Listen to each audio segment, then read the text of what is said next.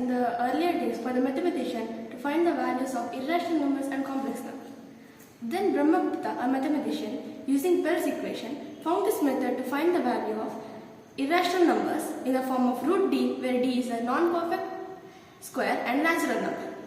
So, Bell's equation states that if a comma b is a solution of x square minus dy square is equal to k, and c comma d is a solution of x square minus ny square is equal to k dash, then AC plus or minus capital T BD and AD plus or minus BC is also a solution of x square minus ny square is equal to k into k dash.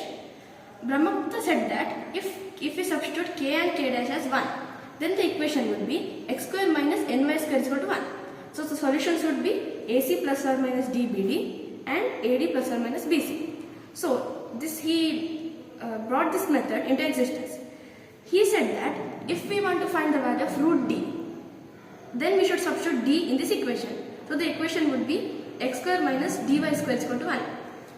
So let us take an example of root 2. We should find the value of root 2. So we should substitute 2 value here. So x square minus 2y square is equal to 1. If we want to find the solutions, we should find first solution. So the solution will be 3 and 2. So we substitute a is equal to 3, b is equal to 2. And same here, c is equal to 3 and d is equal to 2. So with this expression, we substitute this expression and solve the expressions.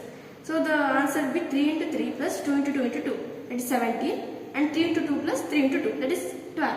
So 17 by 12 would approximately 1.41421, which is approximately equal to root 2.